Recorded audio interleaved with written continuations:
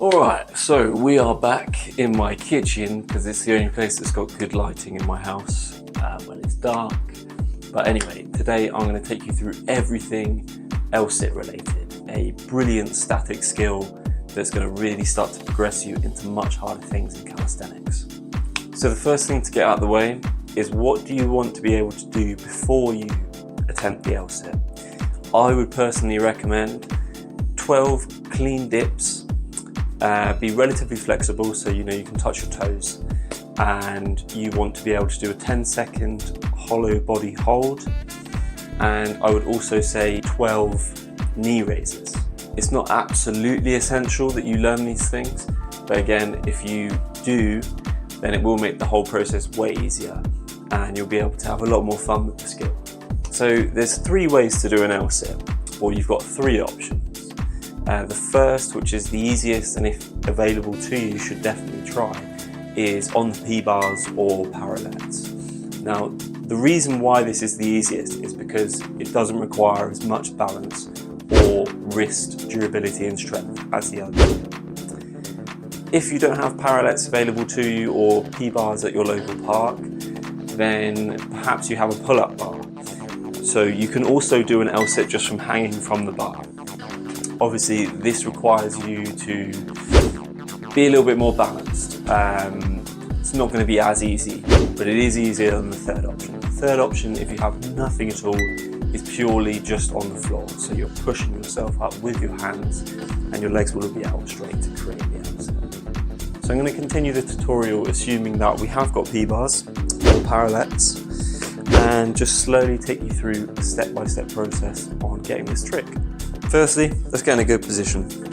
What does a good position look like? Well, if you've got parallettes, you just want to make sure that they're just wide enough, probably about shoulder width, and that you've got enough leg room to do the move. Simple as that. Secondly, let's get into position, and let's just start by raising ourselves up, simply like this. Almost doing some kind of dip motion. So once that's feeling easy, next, we're gonna get into this tuck position, right?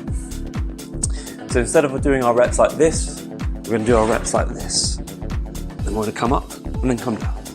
Come up and come down. Come up, come down. Once those tuck lifts are easy for you, we're now not gonna do reps, we're just gonna hold the tuck. We're gonna hold the tuck in the air. So I'd say you wanna hold it for maybe 5 to 10 seconds. And this is what it will look like.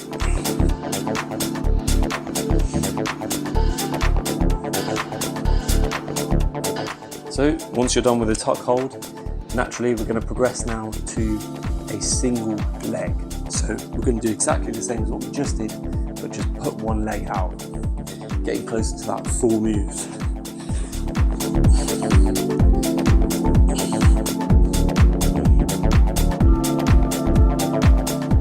Once you can do that single leg progression, you may have the strength to just go for the move entirely. But if you don't, then maybe one thing to try would be to go into a tuck to full range and then back to tuck and do some reps of those. So that would look like this. Tuck, full range, tuck, full range, tuck, full range. Once you can do that last progression, you're absolutely ready to go for the full move now. The last kind of things that I would say as just some pointers to get the move as cleanly as possible is make sure that your arms are completely straight, make sure your shoulders are pinned back, and keep everything super tight. With that in mind, we're now ready and we can do an L-sit.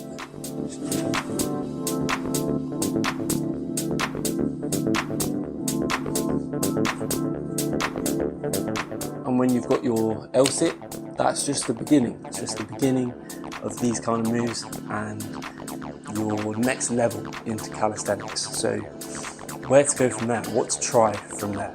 Well, one thing you can start to train for is a V-sit, which is exactly the same, but your legs are elevated a bit higher now to create that V shape.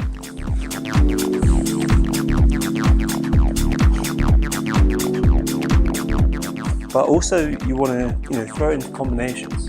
This is where you can really reach a level in calisthenics that is fun, and you can just mix and match tricks together. So a combo that I really like to do is L-sit into headstand into L-sit. And that looks like this.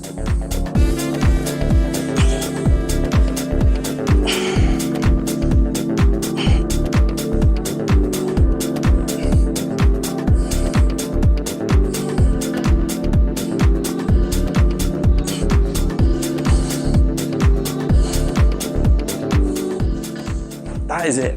That is it for the L-sit. It is a super simple move. It obviously looks great. I think the main thing for these static skills is just repetition, repetition, repetition. You know, if you train it super regularly and it's like an important part of your training schedule, you will get a really good feel for the move quickly. Obviously, when you've just learnt the skill, maybe, you know, ease yourself into that kind of training. Once you can, let's say, hold it for 5 seconds or so, just add it into your training, every training, or almost every training. And before long, you'll be busting out L-sits like it's nothing. But yeah, that's it. That's all I've really got to say on it. Thank you for watching. I hope you guys found it useful, and best of luck with the training.